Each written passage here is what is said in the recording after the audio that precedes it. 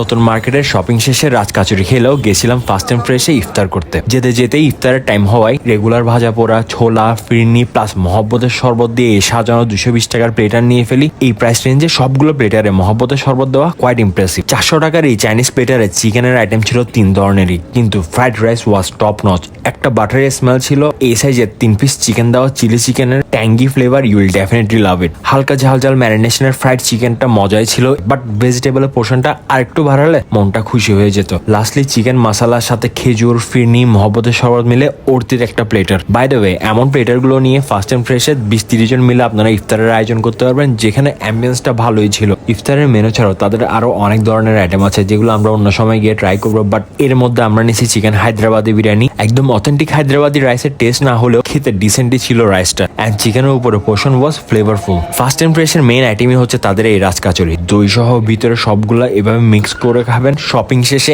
একদমই অস্থির লাগবে। তাই তো বদ্দাহাট